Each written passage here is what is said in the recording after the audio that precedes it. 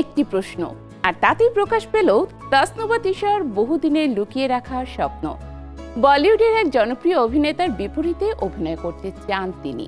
শুধু তাই নয়, জানালেন শৈশবের আরেক অজানা ইচ্ছার গল্প। কে সেই অভিনেতা আর কেন তাকেই বেছে নিলেন তিশা? বলিউডের সিরিয়াল কিসার খ্যাত ইমরান হাশমির বিপরীতে অভিনয়, এটাই এখন বাংলাদেশের জনপ্রিয় অভিনেত্রী তাসনুভা তিশার স্বপ্ন। পর্দায় ইমরানের অভিনয়, আবেগ আর রোমান্টিক উপস্থিতি এতটাই মুগ্ধ করেছে তাকে যে সুযোগ পেলে একদিন তার সঙ্গেই ক্যামেরার সামনে দাঁড়াতে চান এই অভিনেত্রী। সম্প্রতি একটি সেলিব্রিটি টক শোতে অতিথি হয়ে ক্যারিয়ার ও ব্যক্তিজীবনের নানা অজানা গল্প শেয়ার করেন তিশা। আড্ডার এক পর্যায়ে উপস্থাপক জানতে চান বলিউডের কোন অভিনেতার বিপরীতে কাজ করার ইচ্ছা রয়েছে তার। প্রশ্ন শেষ হতেই বিন্দুমাত্র দ্বিধা না করে তিশা উচ্চারণ করেন একটি নাম, ইমরান হাশমি।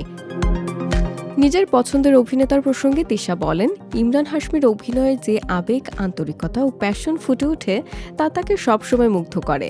বিশেষ করে রোমান্টিক দৃশ্যে তার সাবলীল অভিনয় এতটাই বাস্তব মনে হয় যে দর্শক সহজেই সেই গল্পের সঙ্গে নিজেকে যুক্ত করতে পারেন।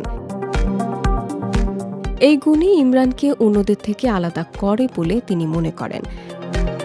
তবে শুধু অভিনয়ের স্বপ্ন নয়, অনুষ্ঠানে উঠে আসে তিশার শৈশবের একটি মজার গল্প।